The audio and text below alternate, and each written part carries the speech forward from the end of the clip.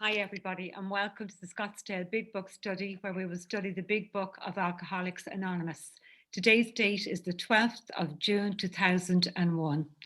I'm Maria F. I'm a recovered compulsive overeater from County Dublin in Ireland and I'm your host for today's study. Our co-hosts today are Nancy J. and Sue L. If you have any questions or if you have any concerns during the meeting, please contact either myself or any of the... Listen to this woman. Hope she stopped talking. And you can. Barbara, can you just mute yourself? We're on the recording. Thanks, Barbara. Or any of the co-hosts by private message in the chat function. Please note that the speaker today, Harlan G., will be recorded for the duration of the study. However, the question and answer session which follows, that will not be recorded. And we've posted a link in the chat box of the previous week's recordings, and we'll post that again throughout the study today.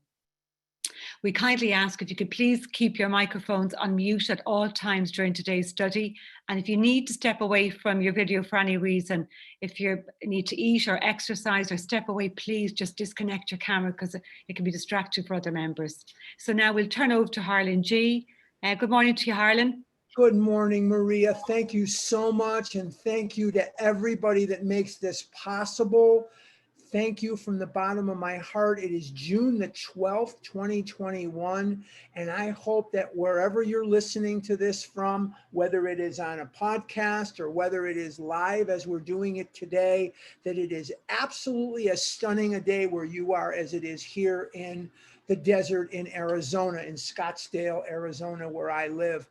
We have been talking about the chapter Two Wives. And this is a chapter that when we start examining it and we start opening it up and we pop open the hood on it, we start to find out that it is a lot more about all of us, not only as addicts, but the people around us as it is to the wife or the, we get this impression that it's the father or the dad or the man that's the alcoholic and the wife.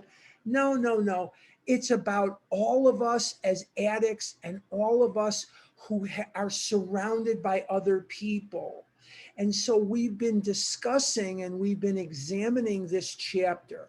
And what we're going to do this morning is we are going to examine on the bottom of page 108 the 4 types of drinkers. Now notice it doesn't say the 4 types of alcoholics. I believe, and I don't have scientific evidence of this, I believe that alcoholism and drug addiction and compulsive overeating and addiction of any kind, really, they don't need to be enumerated here, is a spectrum disorder. What does that mean? A spectrum disorder meaning it affects different people at different depth. I have seen people literally starve themselves to death. One of my experiences in this program was to watch one of the most beautiful, fabulous young ladies here when I first moved to Arizona. She was just a fabulous, fabulous lady. And she used to tell stories of putting toothpaste and putting hairbrushes in her pockets when she would need to get weighed because she knew that she had lost weight, because she knew that in treatment she had successfully not eaten some of the food that she was supposed to have eaten, and she passed away. Now, is everyone who's anorexic or everyone who's a restrictor or bulimic going to go to that length? I don't think so, not based on what I've seen, although their stories are quite painful and horrible and nightmarish enough to bring them to our doors. Maybe they wouldn't have gone to that length. And then there are the other people who, like me, I was 335 pounds as a senior in high school. I was 500 pounds by the time I was a sophomore in college and 600 pounds by the time I graduated college. And then I went beyond that. But there are people who can top that. They died from this disease. And so far, I'm still here. Hopefully I'll be here for a while, but I'm here right now. So I believe that it is a spectrum disorder. But what we're going to do, and I don't have scientific backing for that, it's just something I believe through observation. And what I mean by a spectrum disorder is there is a spectrum and it affects different people at different levels. Do we have some things absolutely in common? Absolutely. We all have the physical allergy. That is, no matter where you are, you have that. What is that physical allergy? The allergy is an adverse, abnormal reaction to the food, beverage, or substance, making it impossible for me to stop once I've started. And we have the mental twist, which drives us into the food irresistibly in search of relief from the untenable, unbearable, unbelievable, horrible pain of not eating. And we can't bear the buildup of those emotions. And we all have the mental blank spot. What is the mental blank spot? The mental blank spot is that part of our brains which functions abnormally. It will not allow me to conjure up the memory of the binge of a day ago, a week ago, an hour ago, and I will seek the food because I know what the food will do for me, and I will discount what the food does to me. And it says in the big book that we cannot recall this, and it's like we forget that putting our hand on a hot stove burns us. Now, I would never deliberately, just to make believe my desk is a hot stove, I would never put my hand on a hot stove. My brain functions normally, and it lets me know that there is danger, and I'm not going to do that. I'm not going to put my hands on a hot stove. But when it comes to Doritos, when it comes to Reese's peanut butter cups, when it comes to, God knows what, I'm going to eat it again and again and again. And you've all heard me say this. If you haven't, I'm going to say it now. I have eaten railroad cars full of Oreo cookies to kill the pain, the guilt, and the shame of eating railroad cars full of Oreo cookies. And so it's insane behavior. Anyway, let's go to the bottom of page 108 and let's examine these 4 types of drinkers. Now, notice again, it doesn't say that it gives us 4 types of alcoholics. It's 4 types of drinkers, because there are people who get in trouble with food. There are people who get in trouble with liquor. There are people that get in trouble with drugs that are not drug addicts, alcoholics, or compulsive overeaters. This is something I've heard a long, long time. All my life I've heard this, and you may have heard this too. Well, I gained a little weight after this or after that or whatever. I went to the gym and I took the weight off. I don't see why you can't either. Or the alcoholic example is even funnier. I was a real serious alcoholic when I was in college, but when I graduated college, I met Mary over here. And when I met Mary, why, we went to church for our wedding. And when I went to church for our wedding, I said, I'm not going to be an alcoholic anymore, damn it. And I'm not an alcoholic anymore. That is somebody, and they say those crazy things because they don't really understand. If you are an alcoholic, you are not going to ever be, until death, you are not ever going to be a former alcoholic. If you are a compulsive overeater, you will never be a former compulsive overeater. That doesn't mean you can't recover and be recovered. It doesn't mean that at all. But what it means is, once a pickle, always a pickle. What do we know about the disease based on the information in chapter 3? Once an alcoholic, always an alcoholic. The disease never goes away. The disease is permanent. The disease is progressive. And the disease is fatal. I have a friend of mine, he lives in Oklahoma, and he says the disease is permanent, progressive, and fatal. He likes to throw in the 3 P's, but since fatal doesn't start with a P, he puts in fatal.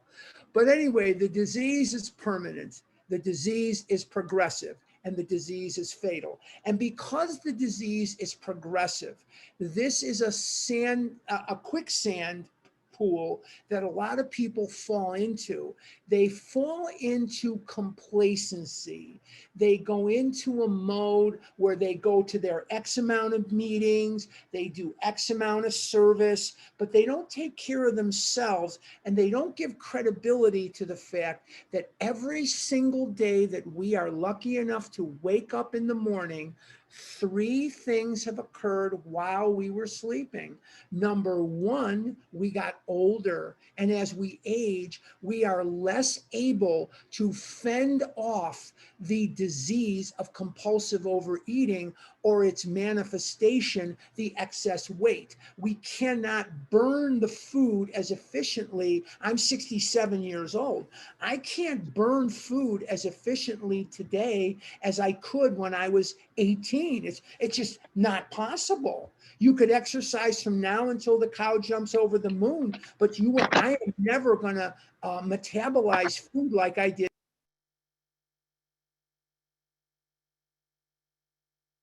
Okay, sorry about that. I don't know how that happened, but okay. It's not possible. And the second thing that happened is things are changing. Whoa, things are changing no matter what. Hey, listen, look at a year ago, a year and a half ago. Have any of you heard of Corona or COVID a year and a half ago? No way. But look at what has happened in the world, and every day changes are upon us. And some of those changes are going to be things that get right past us. We're not going to pay attention to them. You know, the price of tea in China or the price of gasoline in Antarctica, we're probably not going to be concerned with very much.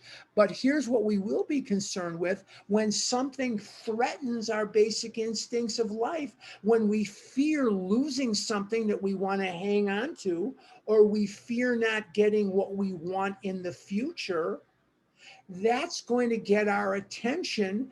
And in order to reduce the toxicity of these emotions without knowing any of this, we are going to medicate with certain foods and certain amounts of foods. And when we do, we're going to effectively kill the pain for about 9 to 10 seconds. But unfortunately, we're going to also trigger the physical allergy, making it impossible to stop. Now, here's the third thing, and I hadn't planned on talking about this today, but I guess God wants me to. Here's the third thing that happened while you were sleeping. Your disease got worse. Now, the reason that I talk about this with people that I sponsor, and if we could get people that I sponsor here on the line, they would all tell you that I talk to them about this at least once a week.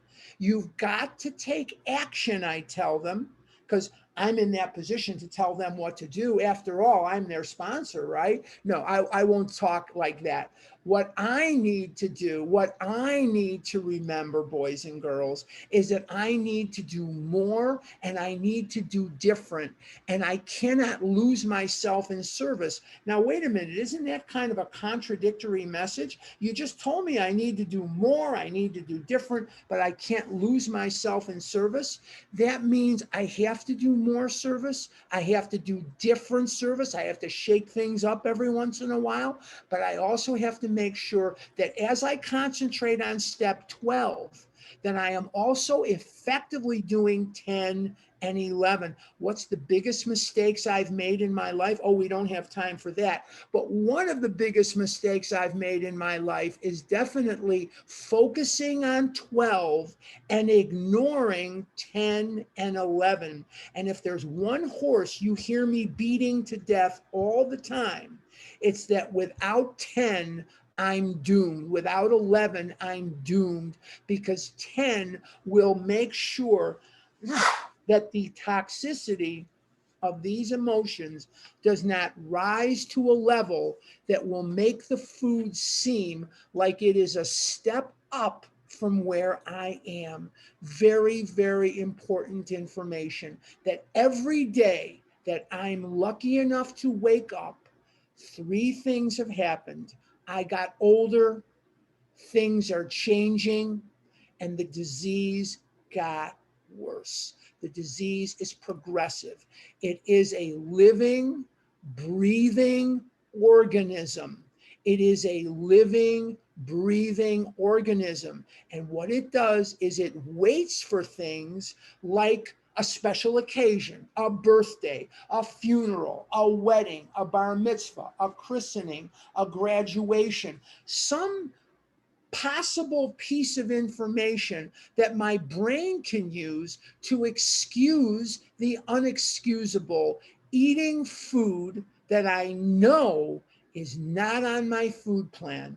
And I know it, but after all, it's a special occasion. And what I can't do is give in to that voice. Some of the worst ideas I've ever had came to me wearing the sexiest clothing. And so I cannot, on my own, beat back those temptations. I must have God's help. And if I'm in fit spiritual condition, I could be up to my chin in chocolate and it will not call to me. If I'm not in fit spiritual condition, I could be home in bed sleeping and I will get up in the middle of the night in search of food, even when the weather or conditions are not conducive to me going out. I will go out immediately and get food when I'm not in fit spiritual condition. And remember always that the disease is progressive. Okay. Bottom of page 108, we're going to examine husband or drinker number 1. And I'm going to show off here. I know how to say step 1 in Italian. I listened to Barbara doing it.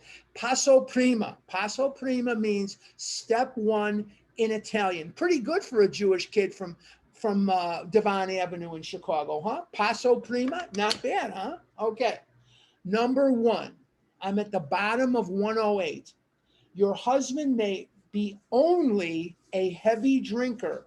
His drinking may be constant, or it may be heavy only on certain occasions. And there are eaters like that too. Not us probably, but there are eaters, they get a little trouble with food. I have friends of mine, I'm 67, they're 67, 66, 68 too.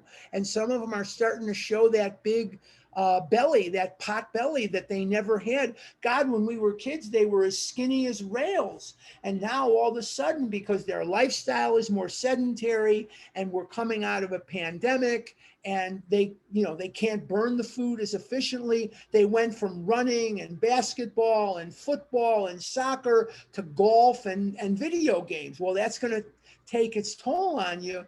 And so I've seen them start to regulate their food. They're starting to notice that their shirts don't fit. They're starting to notice that their pants don't fit. They're starting to notice that their favorite tie doesn't cover as much of them as it used to. It kind of comes out to a plateau. They don't like that. So they're starting to regulate their intake of food. They're starting to cut back on things. I'm seeing it now in my friends. I'm at the top of 109. Perhaps he spends too much money for liquor. It may be slowing him down up mentally and physically, but he does not see it. Sometimes he is a source of embarrassment to you and his friends. He is positive he can handle his liquor, that it does him no harm, that drinking is necessary in his business. He would probably be insulted if he were called an alcoholic.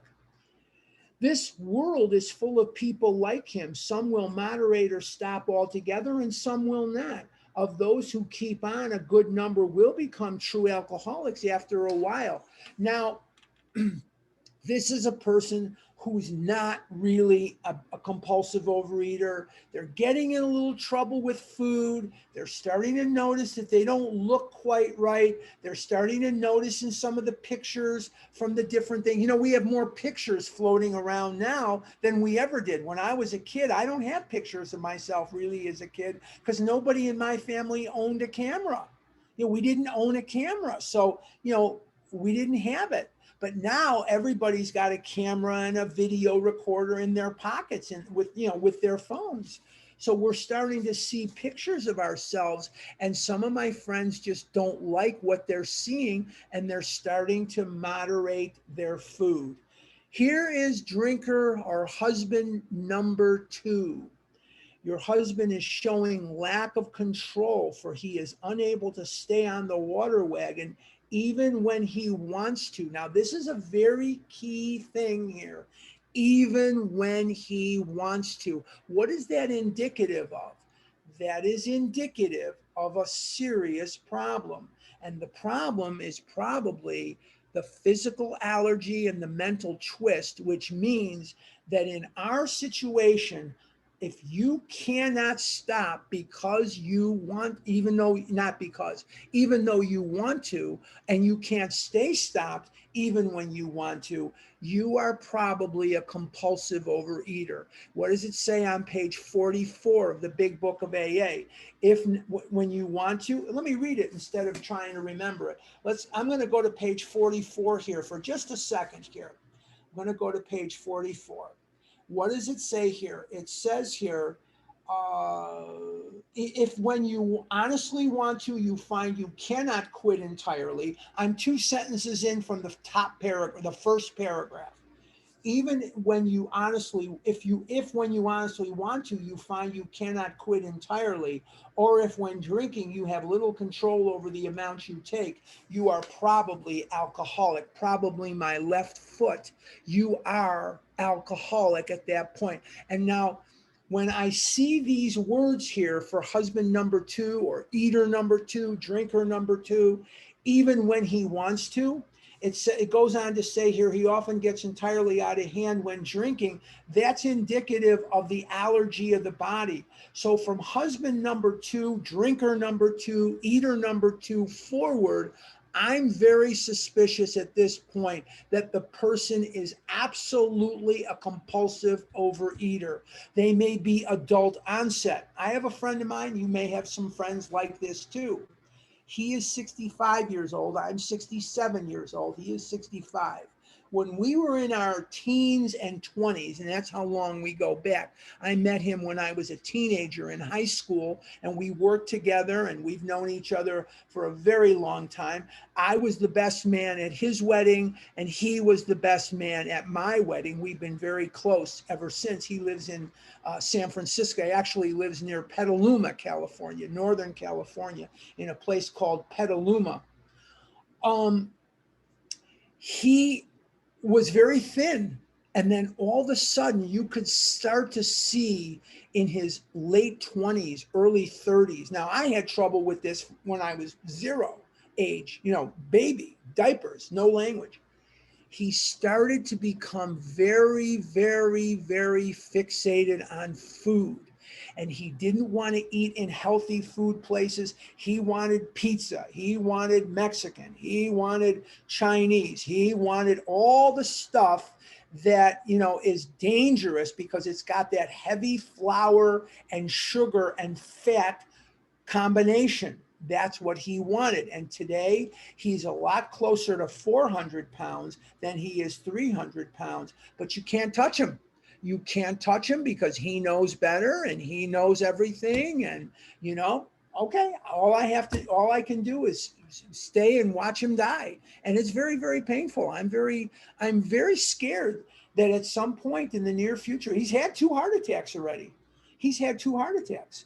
I'm going to get that call from his wife, and she's going to tell me that he has passed. And I'm going to be very, very sad. That'll be a very sad day. But what can I do? I can do 3 things: recover, recover, and recover. That's all I can do is recover, recover, recover. And hopefully one day, maybe he'll come in to the program. I can just keep praying for that. I hope so. But when they put the words in, even when he wants to, that tells me that there's a physical allergy here and a twist of the mind. So from this point forward, I'm going to assume that the person is a compulsive overeater, but at different levels, different parts of the spectrum. He often gets entirely out of hand when drinking, physical allergy. He admits this is true, but is positive he will do better, mental twist. He wants to do better. He just can't, because when the buildup of emotions is so painful for him, he cannot do better. And how many of us have sworn to God? How many of us have sworn to our loved ones? How many of us have sworn to ourselves, we're never going to eat like this again. We are never going to do this to ourselves again. We were so embarrassed when so-and-so saw us. We were so embarrassed because we couldn't go to the wedding. We couldn't go to the funeral. We couldn't go to the bar mitzvah or the christening or the graduation because none of our clothes fit. And we were ashamed and embarrassed to see the people that we did not want to see because we didn't want to show them how much weight we had gained.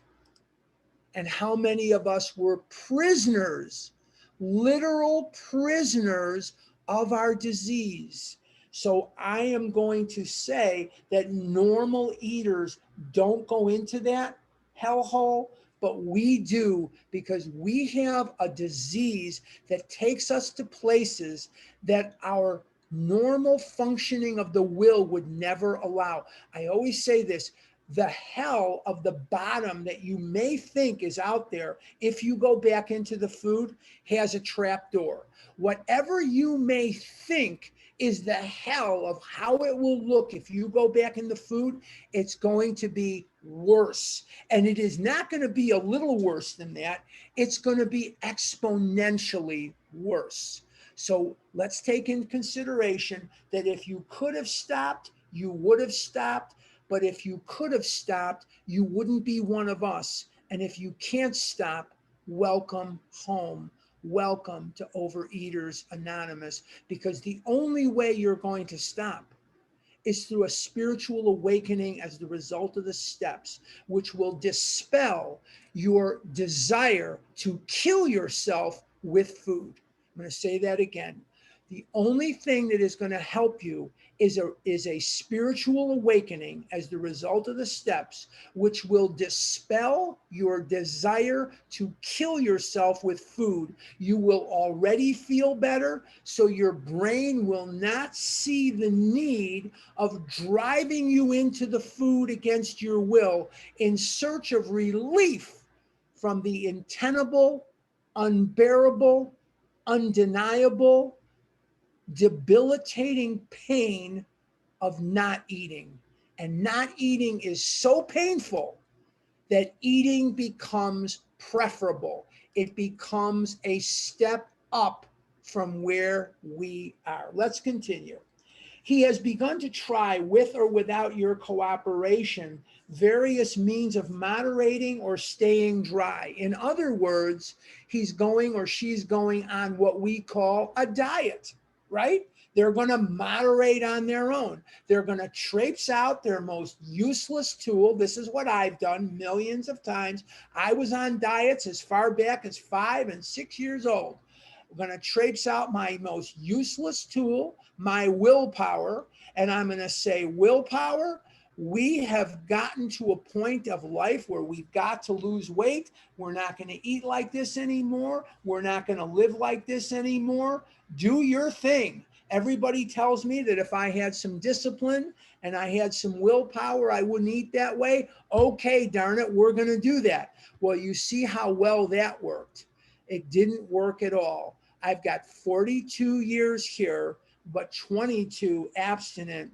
You do the math. I had a 7 and an 8 year period in the 20 years previously. And then for other years, I was MIA and just eating my head off. I would eat my way to the meetings. I'd pray for a Russian airstrike during the meetings, and then I would eat my way home. So I was not in denial. I was in what Bill Wilson used to call belligerent denial. Belligerent denial. I'm still on page 109. Maybe he is beginning to lose his friends. His business may suffer somewhat. He is worried at times and is becoming aware that he cannot drink like other people. He is aware that he cannot drink. He's becoming aware that he cannot drink like other people.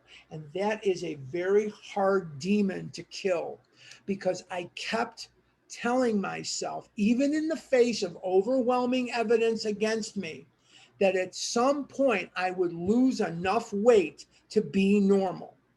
And losing weight does not expel this disease. I'm going to say that again because it's critical information. I know you're going to forget it by the time we're done because you have a built-in forgetter. And if you want to learn this or you want to retain this information, you're going to have to teach it to others. The piece of information is losing weight does not remedy this disease. Losing weight does not remedy this disease. In chemistry, there's chemical change and physical change. If I take a piece of paper and I tear it in a million pieces, that is a physical change to the paper. If I take this paper and I dip it in a vat of hydrochloric acid, that is going to be a chemical change to the paper. We need a chemical change. The loss of weight is a physical change. Unless it is accompanied by a spiritual awakening, it will do nothing to dispel the fatal, progressive, permanent nature of the illness.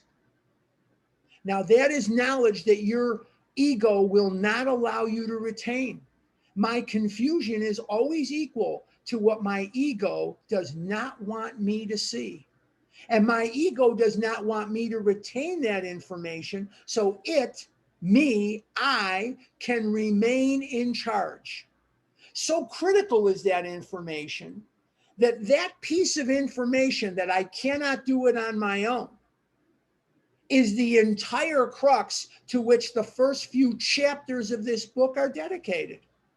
Because we are inculcated with knowledge of our society, our Western society, that we can indeed do this on our own. What is the biggest, I don't even know if they have bookstores anymore, but if you could envision an old-fashioned bookstore in your mind, what is one of the largest sections of the bookstore? The self-help section.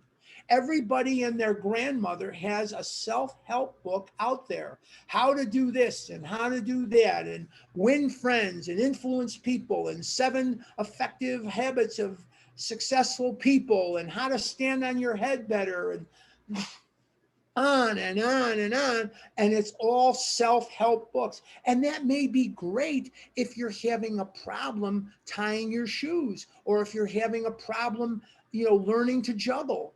There are some very effective books out there that could probably teach me how to juggle bowling pins. But when it comes to controlling my consumption of food, the only force that will deal with that is a higher source than myself that I choose to call God. You can call it anything you want. Call it Winnie the Pooh, call it Piglet, call it Owl, call it Christopher Robin, or any of the other guys, Kangaroo back there. You can call it anything you want. My first higher power was Lake Michigan. You look out over Lake Michigan when you're driving on Lakeshore Drive in Chicago. It's right there to the east. And if you drive too far east, you'll be swimming, in the water. But my first higher power was Lake Michigan. Lake Michigan doesn't care about whether the Cubs win or lose. Lake Michigan doesn't care about the price of gasoline or the availability of housing, or doesn't care about any of that stuff. It's just there, and you can't see across it. If you've never seen it, it's not like a lake. Maybe you're envisioning a lake in your mind. You can see across it, or you can swim. This is not that. This is an inland ocean. This is an inland sea. It's 319 miles long and 196 miles wide. You can't swim across it. But the bottom line is that you have this disease, and lack of power becomes the dilemma. So only a spiritual awakening can remedy this disease. I hope that these words here are making a little more sense than they did before, that this is not about the wife and the husband. This is about us. This is about our sponsors. This is about our sponsees, depending upon where you are, in the process. He sometimes drinks in the morning and through the day also to hold his nervousness in check. I used M&Ms with peanuts like another person would use Xanax, or another person would use whatever. M&Ms with peanuts, I wasn't aware of this at the time, but M&Ms with peanuts always made me feel much better for a while. 9 seconds, 10 maybe, 10 maybe, and then they made me feel worse, much worse, horribly worse, suicidally worse, negative thinking worse, morbid reflection worse, wishing I was dead, wishing you were dead, wishing the world would just stop and that everything could go back to a neutral zone where I didn't have this anymore and I could be thin like all of the friends I had. Why was I afflicted with this disease and they not? What contest in hell did I win? What spree of felonies had I committed neonatally? What neonatal crime spree had I masterminded to doom me to a life of being a fatso, a tub of lard? Why was I like this?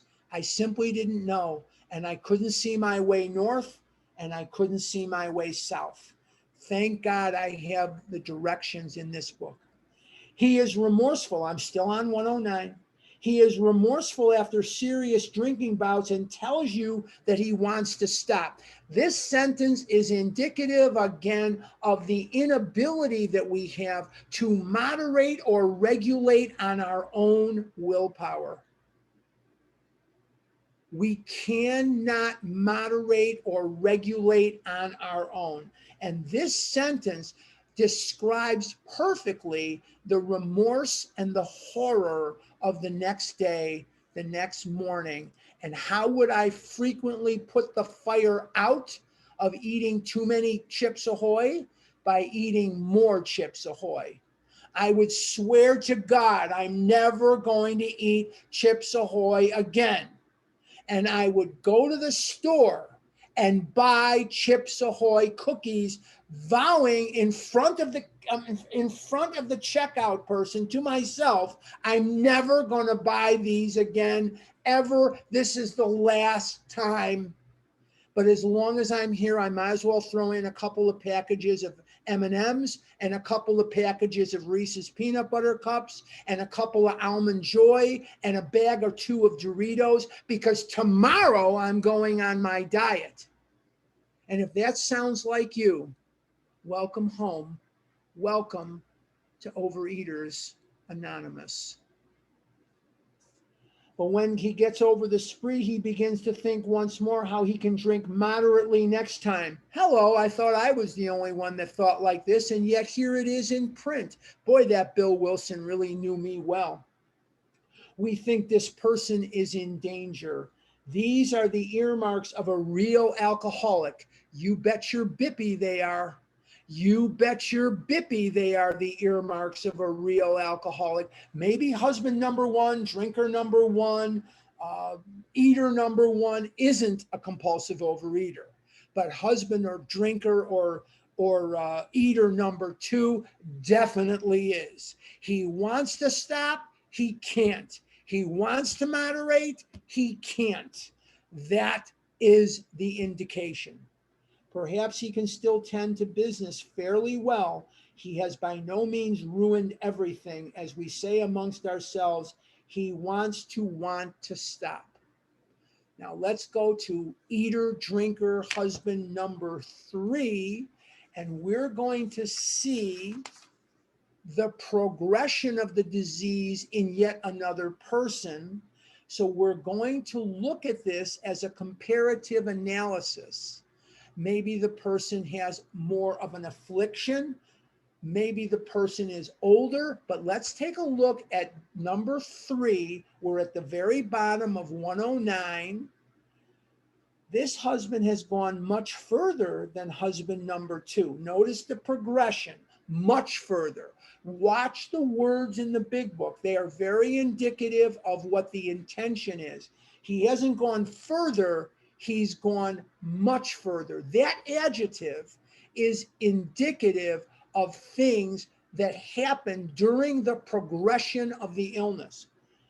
Though once like number 2, he became worse. Notice there's nothing in this book other than recovery stories where they get better. They only get worse. His friends have slipped away. His home is a near wreck. He cannot hold a position. Maybe the doctor has been called in and the weary round of sanitariums and hospitals has begun. Many of us come here and maybe we weren't in hospitals, maybe we were, maybe we went to psychiatrists, maybe we went to psychologists, maybe we went here, maybe we went there, whatever. I'm not knocking psychiatry, I'm not knocking psychology. They are wonderful, wonderful arts, and they are wonderful and they help a lot of people and they're fantastic. The big book even instructs me not to knock them.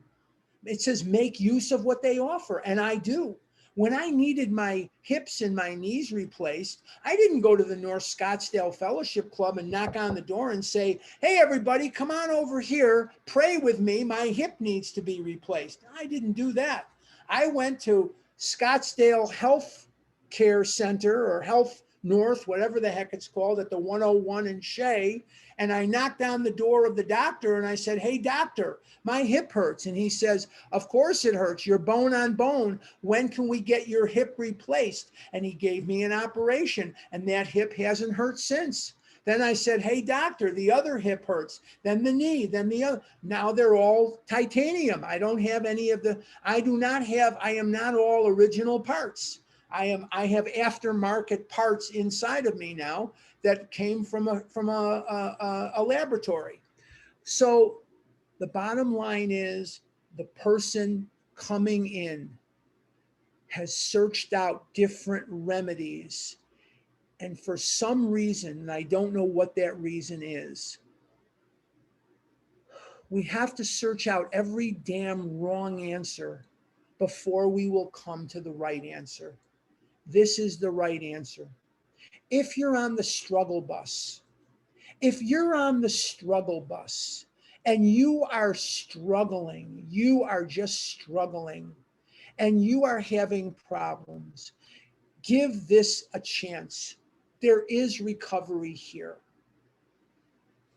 There are people here, there's 125 of us, and there are people on this meeting right now that are not compulsively overeating, and they are refraining from doing so happily. We are not white knuckling it. We are not hanging by the chandelier, stark, raving abstinent. We are not going home and stark, raving abstinent. No, we are free. How free do you want to be? If you want to be as free as us, you'll have to do what we do. You'll have to work the program. And if you work the program, then the most magnificent promise ever made to anyone ever will come true for you. It's on page 88 of the big book. It says very simply, it works. It really does. One of the most important sentences ever written in any language is on page 88 of the big book. It works. It really does. So let's go back to page 110 and let's continue to examine number 3 and see how it applies. He admits he cannot drink like other people. That means he's a compulsive overeater or an alcoholic, but does not see why. Now, I want to talk to you about somebody that was very near and dear to my heart. Her name was Sherry, and she was a lovely, lovely person. If I had a brain, I would have married her. The world is less purple because she's dead. She loved the color purple. Everything was purple. The world is a lot less interested in art because she's dead. She loved art. I have no taste for art. The only artist I like is Gary Larson, and that's not considered high art, but he's the only one I really like is Gary Larson. The world doesn't have as many fans of blues music since she is dead. She loved blues music, and she would go into any neighborhood in Chicago, any back alley blues bar, to hear good blues music, and she loved it. And Sherry was a psychologist, University of Michigan and Northwestern University, two very good schools. And she had a PhD, and she had she had more degrees than a thermometer. And she had a degree that was considered not a PhD, but postdoc. I think that's what it's called, postdoc. I'm not quite sure. But anyway, she had the one that's beyond the PhD. And she was not going to put the food down until she could complete the forensic analysis of why she was eating it. And we would beg her, please put the food down. Who cares why? He does not see why. Why won't get me to first base. Why is an argument. Who cares why? I'll explain why. Here's why. I have an allergy of the body and a twist of the mind. It doesn't matter. Your mother could be Eleanor Roosevelt, and your father could be Albert Einstein or Santa Claus or the Easter Bunny or Winnie the Pooh or whatever. It wouldn't matter. This is not a product of nurture. It is a product of nature. Say that again. This is not a product. This is not a product of nurture. It is a product of nature. Let's continue. He clings to the notion that he will yet find a way to do so. What does that tell you? I'm going to do this on my own. I'm going to do this on my own. I'm going to do this on my own. Isn't that what we scream? Isn't that what we believe? We don't want help. We're dying. We're dying. And we don't want help. If we were drowning, we'd welcome the lifeguard. If our leg was broken, we'd welcome the ambulance driver. If we had a flat tire, the road crew service of our dealer, or I have what's called something Honda Care, whatever the hell it is. Yeah, they come and they'll do that. I would welcome them. I'm 67 years old. I ain't changing a tire. But yet when it comes to this, I don't need any help. I don't need any help. Leave me alone. I'm going to meetings. I'm not going to meetings. I'm going in. I'm coming out. I'm going in. I'm coming out. I see this all the time. It's a damn revolving door. Shoo, shoo, shoo, shoo. People come in, they go out. They come in, they go out. It's like Macy's. We have to be beat down so that we will stay. And we're not going to stay until we're out of ideas. I've told you this story. I'll tell you this story again. I was sponsored by a very large, rude, mean man. Very large, very rude, very mean. And on Saturday afternoon, I would meet with him every week, and I would talk to him every day. And he would poke his finger in my chest. I was 24 years old. And he'd say, "Are you out of ideas yet, kid? Are you out of ideas yet, kid? Because if you ain't out of ideas, I ain't going to waste my time with you." Only he used the golf words, the real words. You can just fill them in yourself. I got to be out of ideas on how I'm going to do this myself, because my ideas on how I'm going to do this myself never got me anywhere but fatter and fatter and fatter. He may have come to the point where he desperately wants to stop but cannot. He is a compulsive overeater. He wants to stop but cannot, not on his own.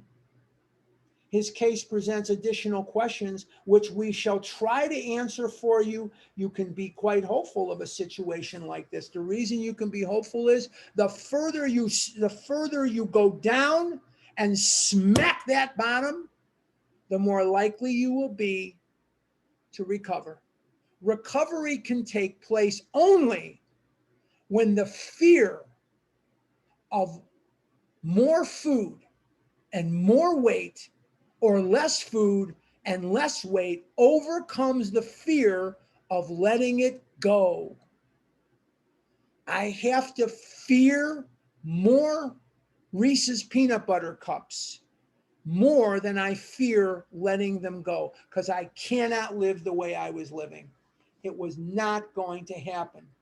The loneliness, the asexual existence, the deformity of my body, being a laughing stock when I would go in public. Right after this, I'm going to meet a friend for lunch in a very public outdoor setting.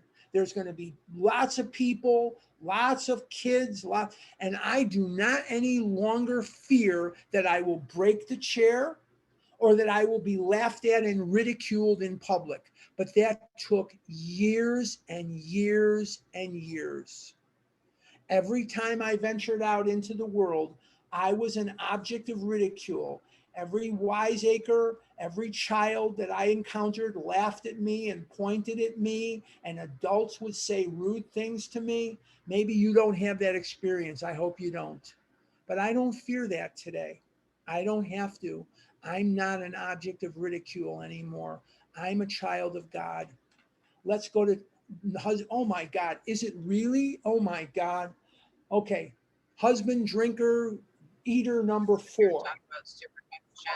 Somebody is unmuted. Okay, you may have a husband of whom you can, Maria, can you grab that or something? Or can we do something about that? Okay. Have it, Harlan. Okay, good. You may have a husband of whom you can completely despair. He has been placed in one institution after another. Some of us have been in treatment centers, and some of us have been in hospitals. And he is violent or appears definitely insane when drunk. Sometimes he drinks on the way home from the hospital. Perhaps he has had delirium tremens. Doctors may shake their heads and advise you to have him committed. Maybe you have already been obliged to put him away. The picture may not be as dark as it looks. Many of our husbands were just as far gone, yet they got well. I never fear that someone will hit a bottom. I don't prevent any catastrophe, and I cause no catastrophe in others. But hitting a bottom is not the worst thing that ever happened. For some of us, hitting a bottom is very different than for some other people. I've told you this before. I'm going to tell you this again. I have a lot of friends in this program. I have a lot of friends who are not in this program. I'm very, very lucky to have so many friends. I do have a very rich life when it comes to that. And I'm very, very lucky. But one of my friends is someone that I'm thinking of today that lives also in Northern California. And to look at this person, you would not know. And if I brought this person into the room, and if you come to the birthday or you come to Newark for the convention of Vision, now none of those are on the dockets right now, but if you come to those things, I'll introduce you to this person. This person is a person, you look at them and you think, what the hell are you doing here? They certainly wouldn't appear to be someone that would need a program like this. They've never been a person that appeared that way to me, but they are bulimic, they're anorexic, and they're compulsive overeater. So they do the pendulum, they do the swing. If you looked at her, you looked at this person, you would never in a million years think, oh my God, this is a person with a serious eating problem. You wouldn't know it. The more you hear the story unravel, you hear that this person is a back alley, dumpster, garbage can, garbage, compulsive overeater with everything but feet and ankles in a dumpster, eating food compulsively that they don't want to be eating. So it doesn't matter whether you're bulimic. It doesn't matter whether you're anorexic. It doesn't matter whether you're a compulsive overeater or the pendulum, like this friend of mine is a pendulum. She is a back alley, garbage can, compulsive overeater, as am I. Now, maybe some of you never were so restrictive, so bulimic that you reached dangerous proportion. Maybe some of you have never weighed more than, say, 200 pounds in your life. If you have this allergy, which compels you to eat against your will, and you have this twist of the mind, the only thing you can do to alleviate this is to recover using the steps. Nothing that is of this earth is going to help me in that position. And if I look at next week, we're going to look back at husband number one. We're going to look back at these guys and we're going to review what we've done this week. But let's just take a look right now at the ABCs on page 60. What is A? That I am a compulsive overeater. I have the allergy of the body. I have the twist of the mind. Now, B, that no human power could have relieved my compulsion. Money won't do it. Fame won't do it. Fortune won't do it. There is nothing that is of this earth that is going to help me once I have acquired this disease at birth. And see that God could and would if he were sought. Losing weight will not remedy the disease. Gaining weight, if you're anorexic or you're a restrictor, gaining weight will not remedy this disease. Those are physical changes. Remember the piece of paper. I tear up the piece of paper, that's a physical change, but chemically, it's still a piece of paper. I set it on fire, or I drop it in hydrochloric acid, and now I have affected a chemical change. And the chemical change alters the chemistry of the paper. It alters the chemistry. We need a chemical change rather than a physical change. So no matter where you are on the spectrum, I'm going to leave you with this thought, and then we'll take questions and answers. It is very, very important for me to remember, for me, that no matter where I am on the spectrum, the disease is permanent. There's no getting rid of it. You hear people all the time. This is the number one question asked on Vision, and it is probably the number one question that I get asked here on Saturday mornings. What is the number one question? What is the difference between recovered and recovering? Well, here's the difference. A recovered person has had a spiritual awakening. They have worked the steps. They are working the steps. And they have effected a spiritual awakening with God's help, so that the urge to completely destroy themselves with food has been removed temporarily, and they do not find it necessary to kill themselves with food temporarily. And a recovered person is in that state. A recovering person is one who is working toward that goal. That's all that means. It's all that means. Recovered has had a spiritual awakening. Recovering hasn't had one yet. They're working toward that end. Now, before I turn it over to Nancy or Maria, I think it goes Maria and then Nancy, I'm just going to remind you guys of a couple of things. Number one, please, no food questions. And number two, no math questions. And if you've had, if you asked a question last week